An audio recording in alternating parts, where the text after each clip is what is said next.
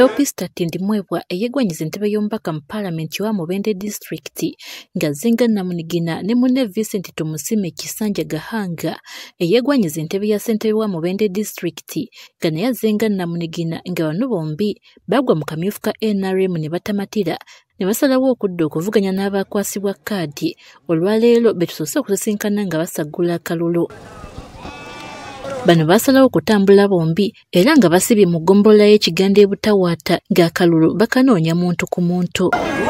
Tindimwebwa atubuulidde tekizibu kyasanze mu kitundu ky'eno ky'amazzi ng'abantu amazzi bagagabana na nte nti kyokka buno si bunafu bwa gavumenti wabula bunafu bw'abakulembeze be balina abatafa ku bantu. Nyinza okugamba nti okubanga amazzi mabisi bunafu bwa gavumenti kubanga nze kennyini nali ku mukolo gwa meenunula omukyala gwenvukanya naye n'ayimira n'agamba pulezidenti nti ffe Mubende twatereera ebyenjigiriza biri bulungi ebyobulamu nga mutwalira n'amazzi ffe Mubende twebaza bwebaza enguudo nnungi n'agamba ffe pulezidenti etumubanja yatubanja. Kyokka ekizibu kyasanze eno ekinene be bantu abakooye okulonda ssaako n'ekibiina kya NRM olw'emivu gyalabikira mu kamyufu ka NRM nti gikyayiza abantu okulonda nti era ne ku mulundi guno kigenda kubeera kizibu abantu okujjumbira. Baŋŋambye bo Kabanda yabatamya NRM bagikoowa tebakyetaagira ddala era omwali omusajja ŋŋambye nti agenda kutiikinga nze awasigadde reedi ebyo bye tulwanyisa. Pakati ekitundu kino omuzoogo guze gukula nti abantu abalondebwa ate osanga abavudde mu community abantu be basimbye mu migongo ate si be balangirirwa ne kireetera abantu abamu okugwamu amaanyi. Nze nali NRM naye kati nakyuka ku lw'ekintu ekyo kubanga oli bwe yeefuula omugezi ennyo nabba akake nabbera n'abalala ate ne yeewaananga ye bw'asobora. Ate ye Gahanga Kisanja agamba nti ebyensoma bikyali wansi nnyo mu kitundu kino naddala abaana basoma siniya nga batambula kilomita ezisoba 20 ate mu nguudo embi. Abantu b'Ebwanda okuva wano secondary school eri wano Ebwata okuva wano okutuuka Ebubanda eri ku nsalo yaffe n'Egomba awamu ne Sembabule zi kilomita 26.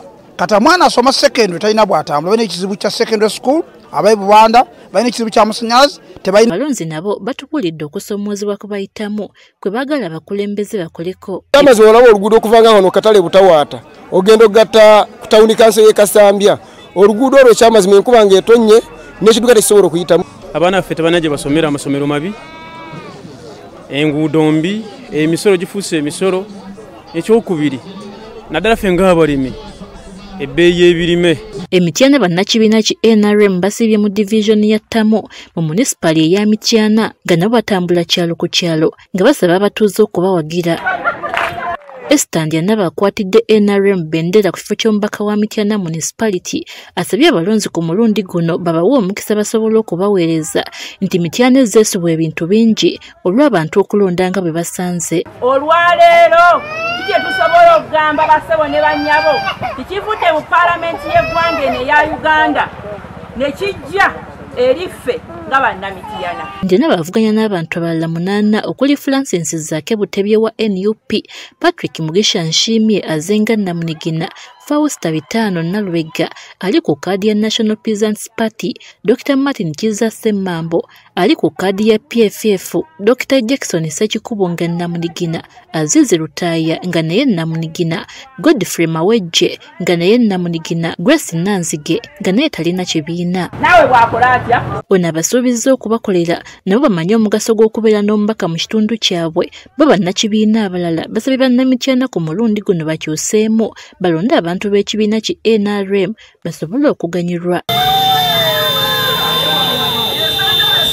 Ate ye Kiboga eyegwanyiza ekifo ky'omubaka mu Paalamenti omukyalo wa Kiboga District Christine Keya Nakimwero akwatidde ekibiina ki NUP bendera kampeyini ze zitandikidde mu Town Council y'e Bukomero era nga ku ofiisi z'ekibiina ki NUP mu kitundu kino wasimbudde okwolekera ku kyalo Mataaji mu ggombolola y'e Bukomero era gy'asanze abatuuze abadde bamulindiridde.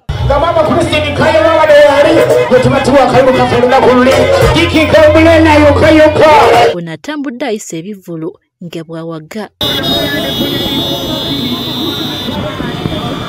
Mataji abuulidde abalonzi ng'ekizibu ky'enkaayana ku ttaka ezikyase bw'agenda okukigonjoola. Muwulira kye twakola emuwanga ab'ebibanja mulina okubeera ng'amateeka mugamanyi tebalina kukaka kwegula. Okwegula kulina kubeera kwaki eyagalire. Bw'avudde awo agenze ku kyalo lw'entimba era akyamyeko mu maka agamu n'asimba omuti ng'akabonero akalaga okukuuma obutonde bw'ensi olw'ensonga nti ensangi zino bwonoonese nnyo. Barbara Nalweiso, NTV Akawungeezi.